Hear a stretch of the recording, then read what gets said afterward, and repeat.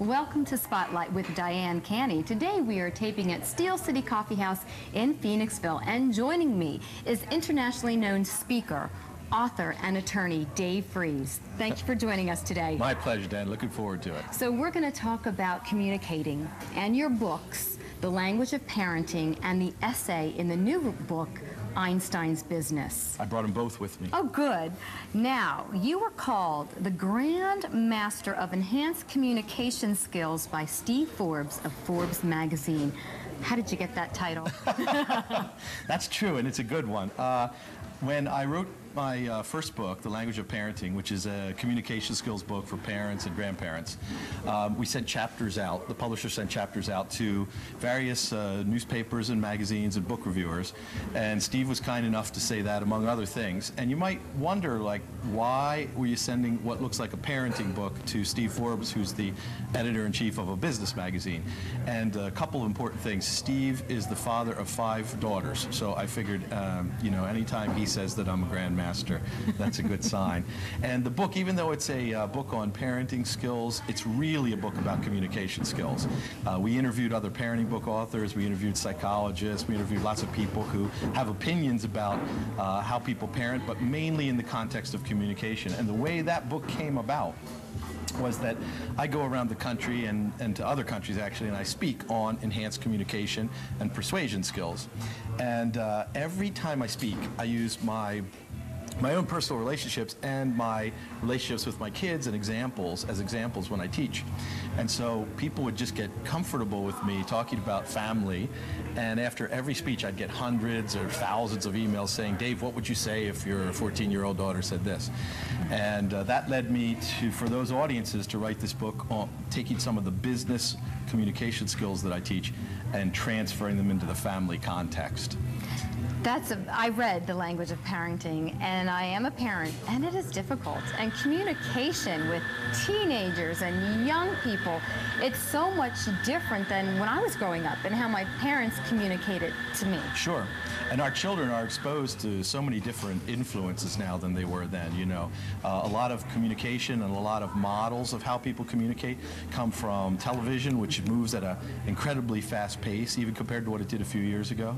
My kids were funny. When this book came out, we went to Australia and New Zealand as part of the book tour. And I spoke to conferences, and they thought it was funny because they would come back and say, like, oh yeah, Dad's famous, but only in faraway places. But when we came back to the United States, we'd been gone for about 6 weeks, and when we came back, they were all just staring at the television and just kept saying, it goes so fast, because we have scroll bars and all kinds of things going on that they hadn't seen, you know, in 6 weeks of either not watching TV or seeing little glimpses of TV in New Zealand, which was a little slower paced. Different. I don't even know if that's, well, it's a different subject, but if that's good for us, all that bombardment of noise, it seems like, and visual stimulation, we don't have a chance to rest and relax. Well, that's true, and whether or not that's good, I have my own opinion about that. My opinion is that it's not, but it's a reality today. So one of the things that we could do for our children is we could communicate in a way that gives them space and gives them time to respond, but is not inconsistent with how they live. Let me explain what I mean by that. One of the other authors who I interviewed for this, Dr. Peter Goldenthal, who's written books beyond sibling rivalry, for example, said something to me that made a real impact on me, which was that children need a lot more time when they're with you to sort of discuss those personal things than you think. They don't, just because you have 5 minutes going to school doesn't mean they're going to open up in that period of time.